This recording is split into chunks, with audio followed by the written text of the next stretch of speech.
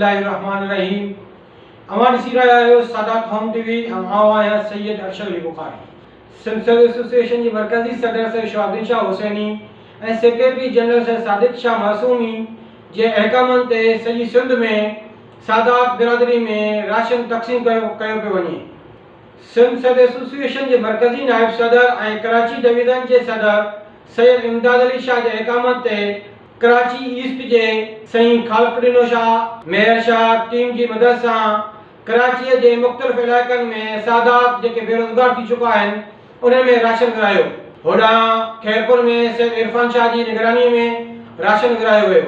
लाड़काने में सिंध एसोसिएशन जे मरकज़ी नायब सदर ऐं लाड़काने डिवीज़न जे सदर सैयद पीर शाह जे अहकामनि ते लाड़काने में सादातनि में राशन विरायो वियो। सादात होम टीवी जे तरफ़ खां लाड़काने में राशन विरायो वियो। सादात होम टीवी जे निशानदेही ते लाड़काने में कायदे मोहतरम सैयद साजिद अली नकवी जे अहकामनि ऐं तावन सां लाड़काने में शिया उलमा काउंसिल जे सिटी सदर मारम अली सांगी पिण राशन विरायो। सादात होम टीवी जे निशानदेही ते शिया उलमा काउंसिल तरफ़ खां सादातनि में राशन ॾिनो वियो। इंजीनियर सैफुल्ला आबड़ो जे हुकुम तहत साइन फातिमा ज़हरा सलामुल्लाह अलैहा वेलफेयर ट्रस्ट जे तावन सां सादात होम टीवी जे निशानदेही ते सादातनि में राशन ॾिनो। हींअर असां सां वीडियो लिंक ते शिया उलमा काउंसिल जो सदर मारम अली सांगी मौजूद आहे।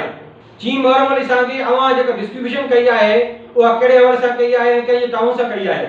कायदे मिलत जे हुकुम ते लाड़काने में मुखी हज़रात सां तावन कयो आहे। उन ते मुखी हज़रात जे तावन सां असां जेके बि लाड़काने सिटीअ में जेके ग़रीब आहिनि उन्हनि खे हे माना राशन ॾिनो वियो आहे। असां ही शिया उलमा काउंसिल लाड़काने तरफ़ां हिंदुनि खे बि असां राशन पहुचायो वियो आहे। ऐं असां इहो पैगाम पूरे पाकिस्तान में ॾियणु चाहींदा त अचो उहे मुखी हज़रात कंहिं बि रंग नस्ल खां हटी करे ग़रीबनि जो वार कयो ऐं ग़रीब हिनमहिल बि जेको असां राशन तक़सीम कयो आहे उन खां बाद बि माण्हू असां ॾे वांझाइनि था त अचो फलाही तंज़ीमूं जेके बि फलाही तंज़ीमूं आहिनि उहे अची ग़रीबनि जी वार कनि। ऐं हिन ॾुखी घड़ीअ में असां पंहिंजे पाकिस्तानियुनि सां गॾु आहियूं ऐं पाक फ़ौज सां गॾु आहियूं। उन जे ताउन सां हर हिकु घिटीअ में घर घर वञी करे शिया उलमा काउंसिल सिटी लाड़कानो घर घर वञी करे ऐं हिन ख़ैर जे कम में पंहिंजो हिसो विझी रही आहे।